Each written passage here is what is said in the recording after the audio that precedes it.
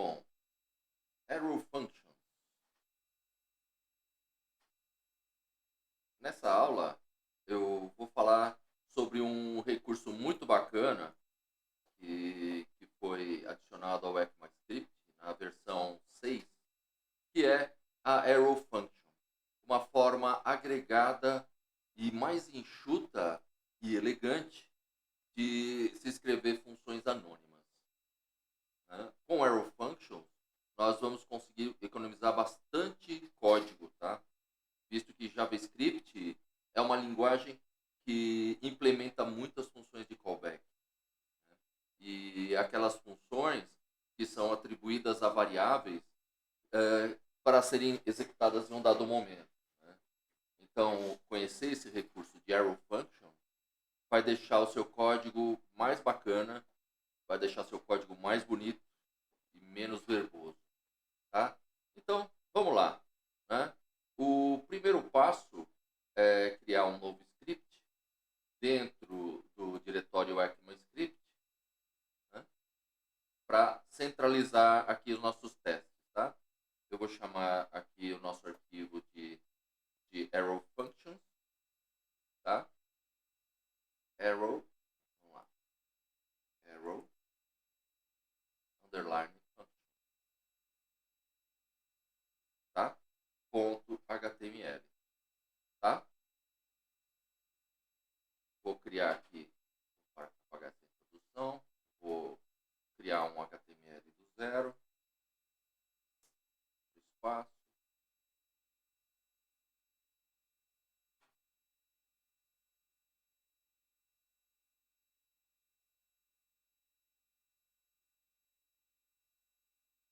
joia, excelente, tá? Muito bom, legal. Eu vou criar aqui, dentro de body, eu vou criar o conteúdo de script, né? JavaScript,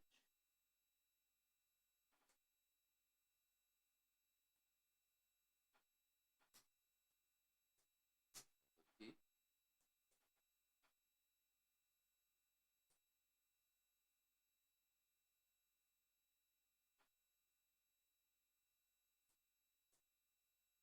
joia,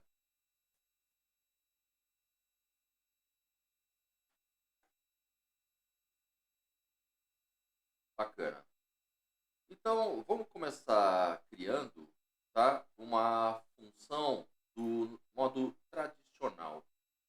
Eu vou só limpar essa parte aqui, olha. Vou deixar só.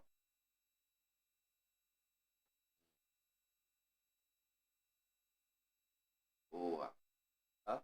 Vou começar criando uma função do modo tradicional, tá? Saca só, eu vou criar aqui uma variável chamada multiplicador, tá? E a essa variável eu vou atribuir uma função, tá? Reparem que é uma função anônima, né? Funções anônimas recebem esse nome porque elas não possuem nomes, que bom, né? Então fica a dica aí, né? E essa função, ela vai simplesmente dar uma função, um return de 5 vezes 5. E aí podemos, na sequência, a gente pode recuperar aqui a variável multiplicador, tá? E aqui mais um detalhe importante, tá? A variável multiplicador, ela contém a nossa função, né? Se eu simplesmente chamá-la dessa maneira, ela vai descrever a função. Ela não vai executar a função. Ela só vai executar a função se a gente utilizar aqui o abre e fecha parênteses. Então, para testar essa diferença, né, vamos fazer o seguinte. Eu vou dar um console.log aqui dessa variável, o nome correto seria bom. Aqui do conteúdo, né, estou dando console.log do conteúdo contido dentro da variável multiplicador, né, e na sequência eu vou fazer o mesmo, tá, na linha abaixo, porém, executando a função contida dentro dessa variável, tá bom? Saca só, vou salvar, tá? Eu vou acessar aqui o nosso script, eu vou aqui pelo browser mesmo, tá? Botão direito do mouse, abrir com Google Chrome.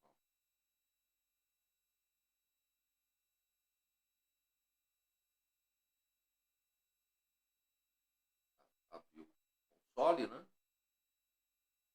Aqui estou abrindo o arrow underline functions.html e está aqui.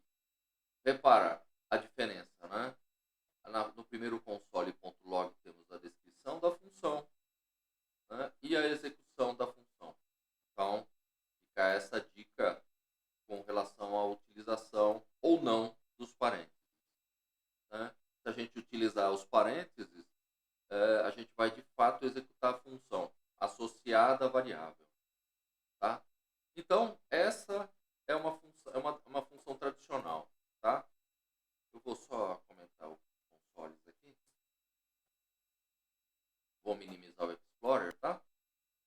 E vamos partir para annotation arrow function, tá? Para converter essa função, né, utilizando a anotação arrow function, é bem simples, né? Vamos criar aqui a variável multiplicador e a ela eu vou atribuir o abre e fecha parênteses e na sequência eu vou utilizar o símbolo de igual maior, tá? E é justamente a combinação dos caracteres igual maior que deram esse nome para esse tipo de função. Reparem que o igual maior ele fica parecendo uma flecha, uma arrow, né? Então é por isso que as arrow functions recebem esse nome, né? Por conta desse operador igual maior, né? E na sequência basta utilizar o abre e fecha chaves e aplicar aqui o return desejado, nesse caso 5 vezes 5. Eu vou comentar aqui apenas, tá? Só para não dar conflito. Legal? Na sequência, eu vou dar aqui um console.log, tá? Da chamada da função multiplicador. Repare que o resultado será o mesmo, saca só. 5. Tudo funcionando direitinho, né? Bom, digamos agora que o nosso objetivo aqui seja encaminhar parâmetros, tá, para a nossa arrow function. Como que a gente pode fazer isso? Como que a gente poderia fazer isso? Simples, tá? Eu vou copiar aqui, saca só. Eu vou manter os exemplos comentados, tá? Ctrl espaço. Então, para encaminhar parâmetros para uma arrow function, é bem simples. Imagine aqui que eu vou passar aqui o valor 7, tá? Um parâmetro que será utilizado para multiplicação. Então, bastaria vir aqui, receber esses parâmetros. Eu vou receber aqui uma variável cujo nome eu estou atribuindo a n, como n, e vou multiplicar n vezes n. Simples assim, tá? Tudo salvo, né? E o resultado disso aqui, com refresh, 49. Quando a gente está trabalhando, né, com envio de apenas um único parâmetro, né, nós temos uma forma ainda mais enxuta de lidar com as arrow functions. Porque quando a gente está passando apenas um único parâmetro, nós não precisamos utilizar os parênteses. Saca só, vou comentar aqui. Vou trazer outro exemplo. A gente não precisa usar os parênteses aqui, tá? Vou tirar aqui. Basta simplesmente colocar o parâmetro aqui dessa maneira. Como se trata apenas de um único parâmetro, né, essa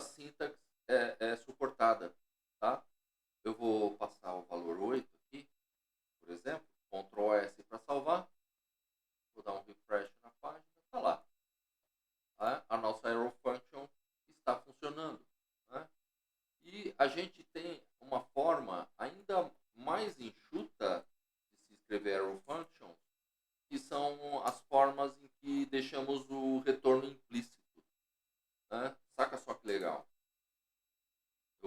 Comentei o exemplo em cima, né?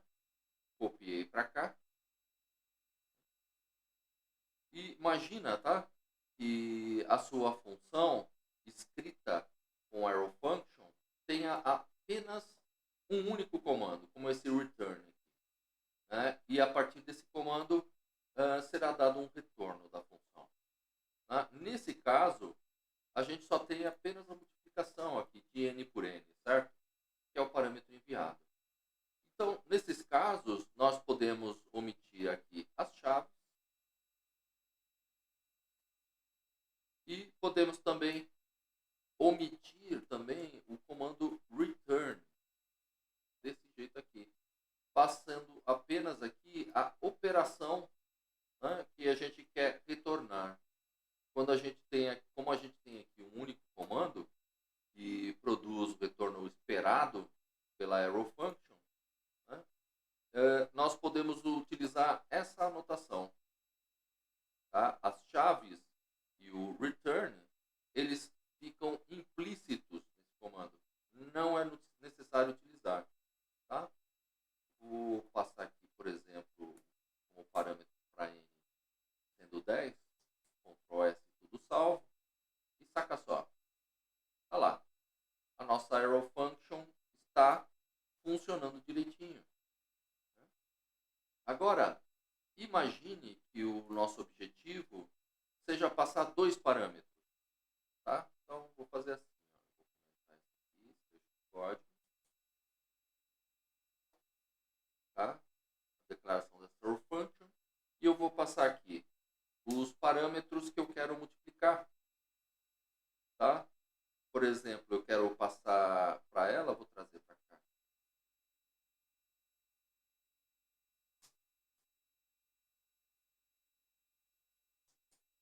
Então, eu quero passar agora, na chamada dessa função, os valores 5 e 4. Tá? Então, eu preciso receber esses parâmetros aqui na arrow function.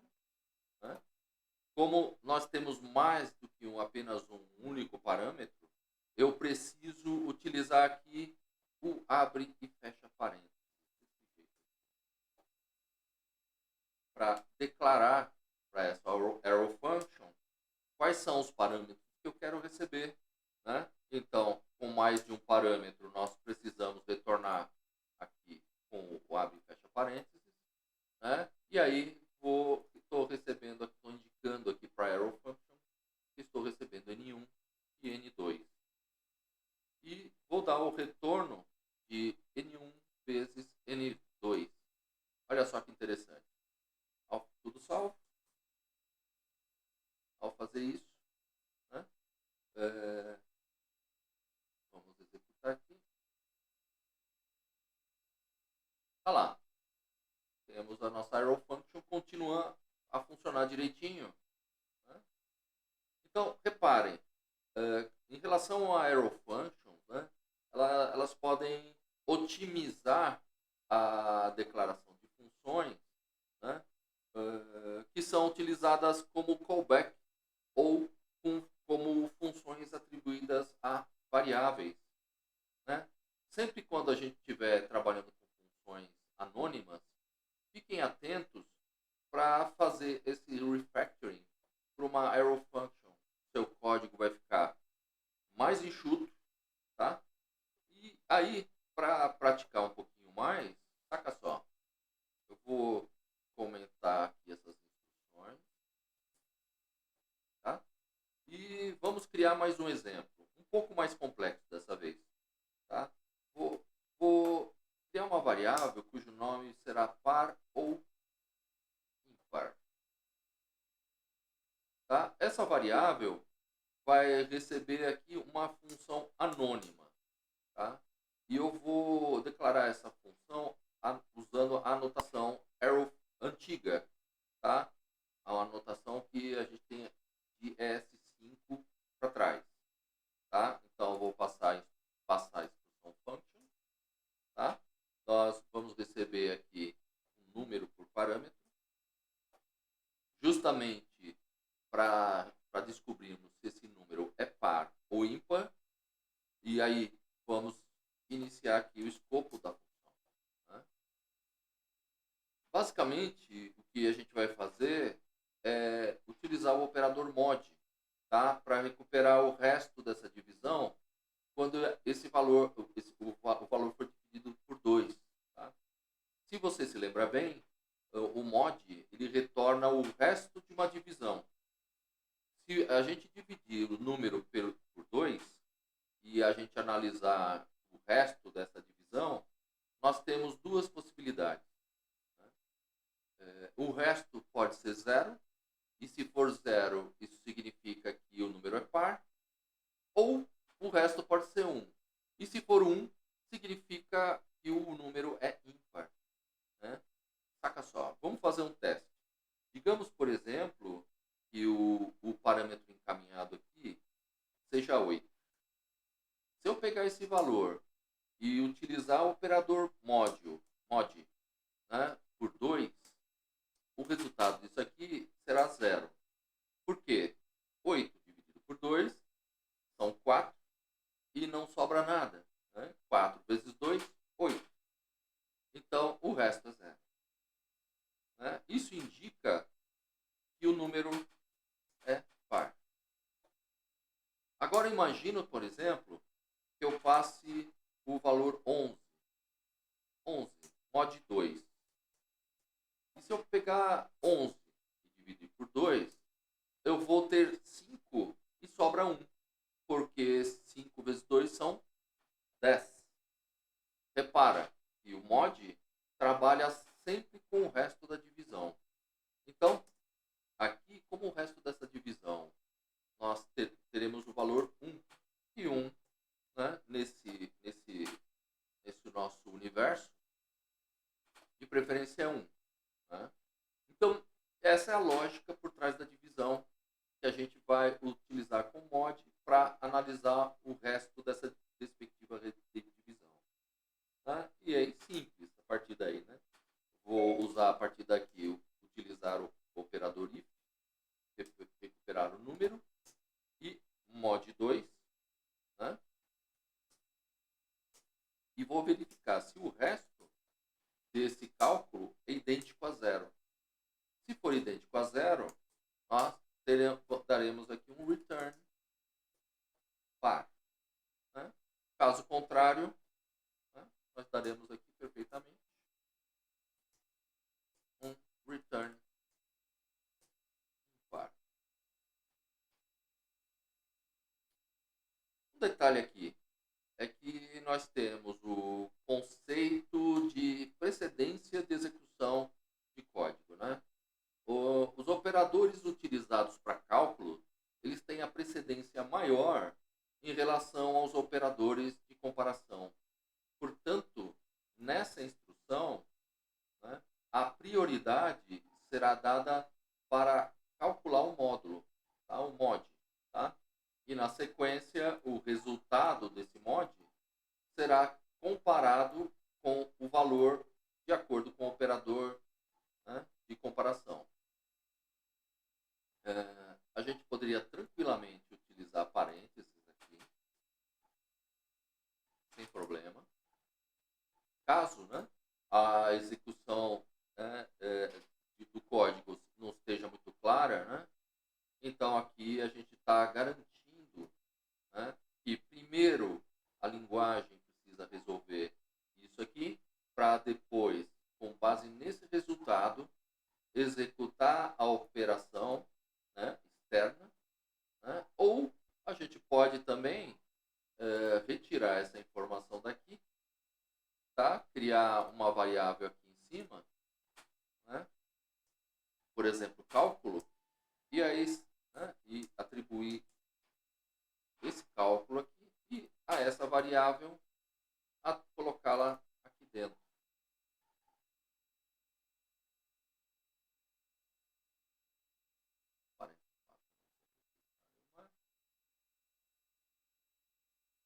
Tá? Tanto faz, né? Fica ao seu critério.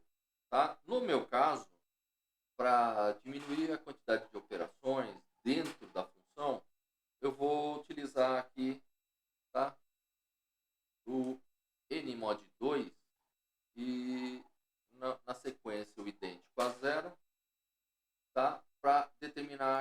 aqui a nossa condição dessa forma. Tá? Porque aqui eu tenho certeza que a precedência de execução de operadores de cálculo, né, são superiores às à sequência de execução de operadores de comparação. Bom, vamos lá.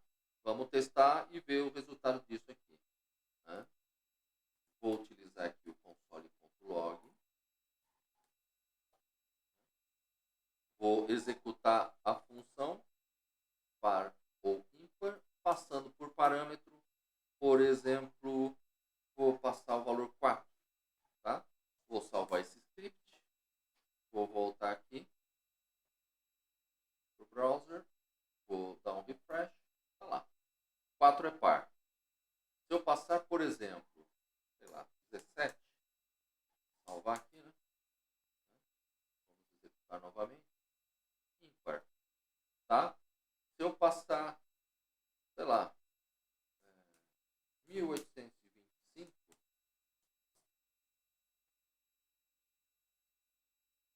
ímpar também. Né? Beleza? Então, o nosso código está funcionando. Tá? Eu vou agora só fazer um refactoring para a notação arrow function, né? Que é o escopo da nossa aula. Né? Eu vou copiar aqui todo esse código aqui. Comentar o exemplo anterior. Joia.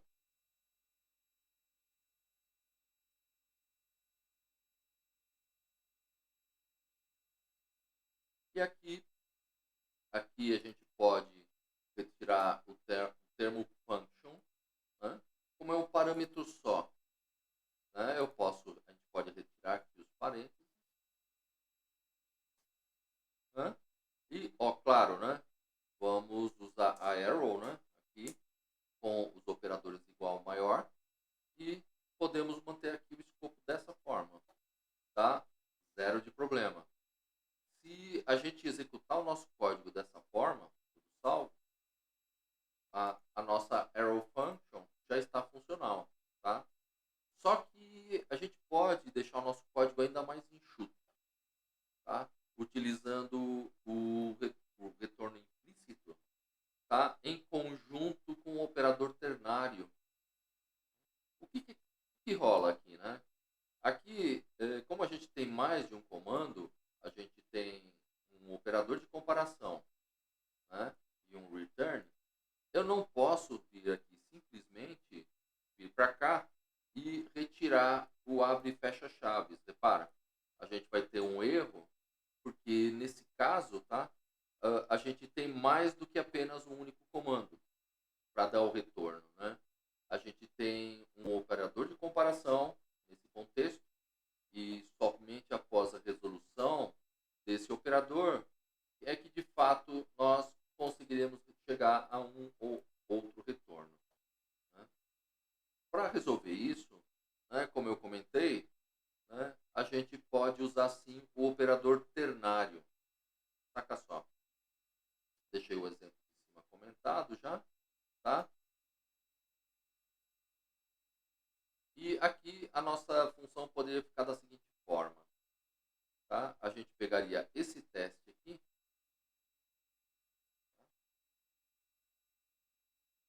e a gente colocaria o nosso teste aqui, ó, tá? Só lembrando, né? O nosso operador ternário tem primeiro uma sequência primeira de teste, né? Na sequência utilizamos a interrogação para o resultado true dos pontos false. Então reparem que aqui a gente tem apenas um único comando, né? E com base nesse teste é que nós vamos retornar um valor se for verdadeiro ou se falso. E esse retorno será implícito para a nossa arrow function. Então, aqui o nosso retorno, se true, é string par. Se false, a string impar. Então, olha só que interessante. Deixamos a nossa função ainda mais enxuta. Né? Contornamos aqui essa função com várias linhas para uma única linha. Repara que ela vai funcionar aqui direitinho. Ó, eu vou passar aqui 2048. Salvar.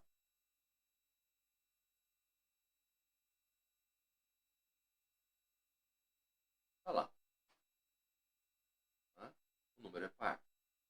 Bacaninha, né? Então, fiquem atentos, tá?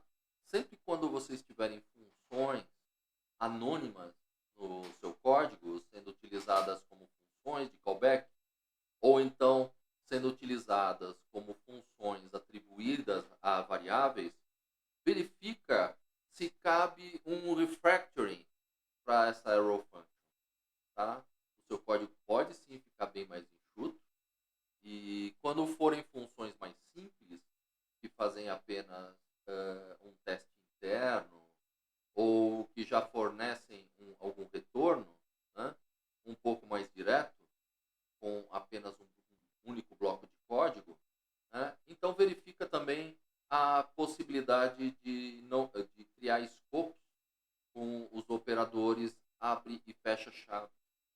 Ou seja, aproveitem, né, o benefício do retorno implícito do resultado desse bloco de código, que pode ser utilizado como retorno da arrow function. Bacaninha.